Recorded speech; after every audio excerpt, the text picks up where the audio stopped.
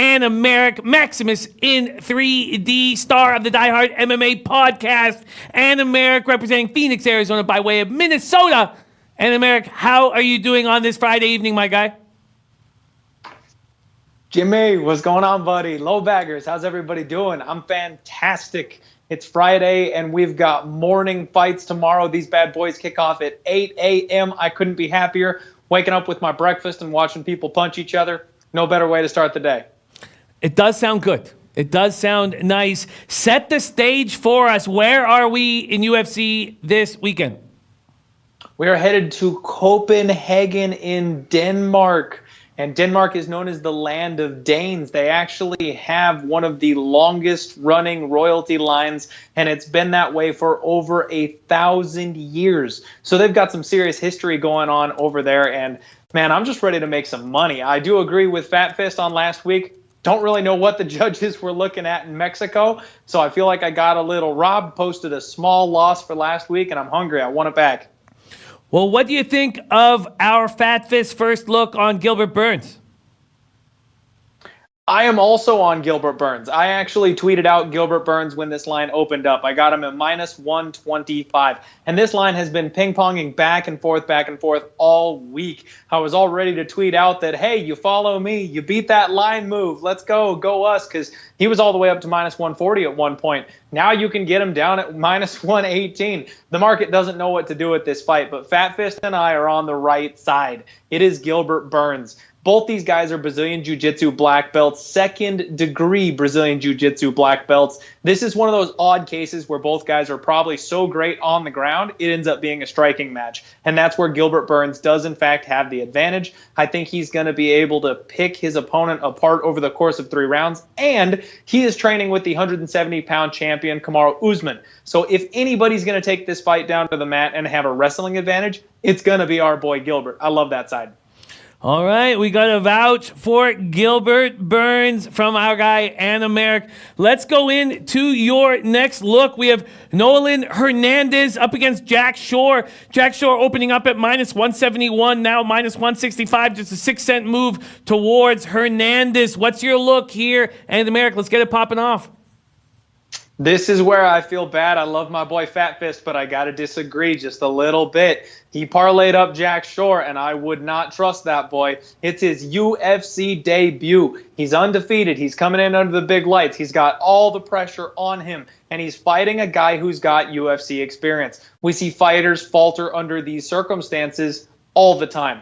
Actually, a very, very high percentage, damn near every time. It's very hard to win your UFC debut. Nolan Hernandez made a short notice debut against his opponent, Marlon Chito Vera. Yes, he did get choked out in the second round, but that was after the well-known adrenaline dump that comes with making your UFC debut, and the fact that he did it on short notice, he probably wasn't ready to go for a full fight. He's coming in this time with a full camp behind him. He moved out to Tiger Muay Thai, which is one of my favorite gyms on the planet. And before that, he was training at AKA, the American Kickboxing Academy. That's 2 absolute powerhouse gyms that's behind this guy. Even though his opponent, Jack Shore, is a talent, he's training out of a small gym. He's a big fish in a little pond. I think Nolan Hernandez is being completely disrespected in this spot, and I got him at plus 150. I just think there's so much value on him. He throws heat. When he came in against Marlon Vera, he had Vera hurt. He put Vera in some bad spots,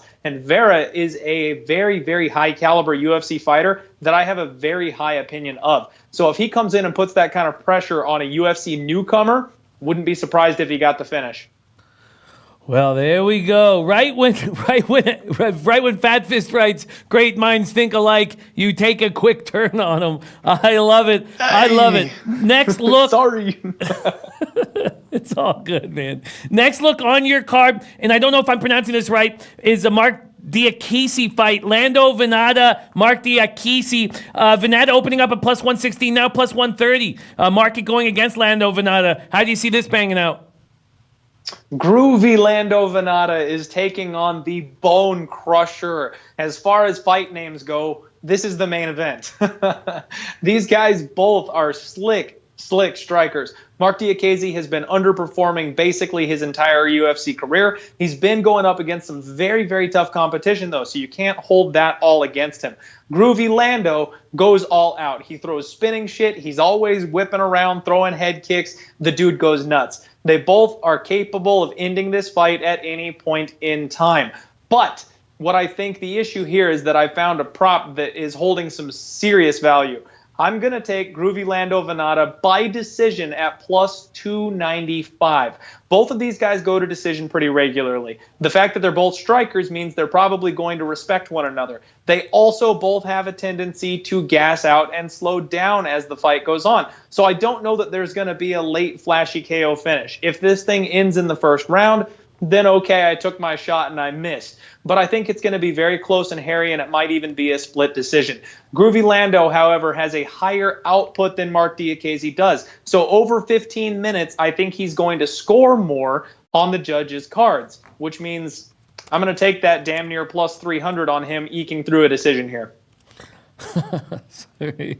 I hear it, and that's a huge plus 295 look. I love when you pull out the big dog spots, and that's one right there. Lando Venata by decision. Let's move on to the next bout that you've got a look on. That's Giga Chikadze versus Brandon Davis. Brandon Davis opening up at minus 140, now minus 159. How are you making this turn into cash in America?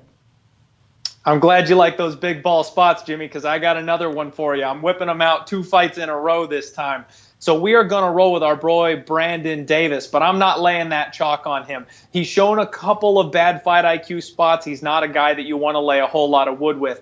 He is welcoming Chikadze to the UFC, and Chikadze is a kickboxer. He's got no ground game with which to speak of, and every time he stepped in a serious MMA fight, he has been choked out. Our boy Brandon Davis is a UFC veteran. He knows how to handle himself in there, and striking in the cage is not one-to-one with kickboxing. So yes, this guy is a great kickboxer, but that doesn't mean he's going to flourish at the highest level in the UFC's octagon. Where Brandon Davis has the biggest advantage is he just got promoted to Brazilian Jiu-Jitsu brown belt. So this guy struggles with the ground game. This guy's a kickboxer. He's been submitted before, and he is stepping in the cage with a BJJ brown belt. I expect Davis to choke him out. Now, even if Davis wants to stand and bang with him, one of them gets dropped. They end up on the ground in a scramble. Davis is capable of the KO as well. I'm going to take our boy Brandon Davis inside the distance at plus 300. That line is so far off, Jimmy, it's not even funny. Exciting. Very exciting looks on UFC Copenhagen. Next up, we have Alex Oliveira, Nicholas Dalby. Oliveira opening up at minus 185. A huge move towards Dalby. A 51-cent move towards Dalby. How are you making this one out?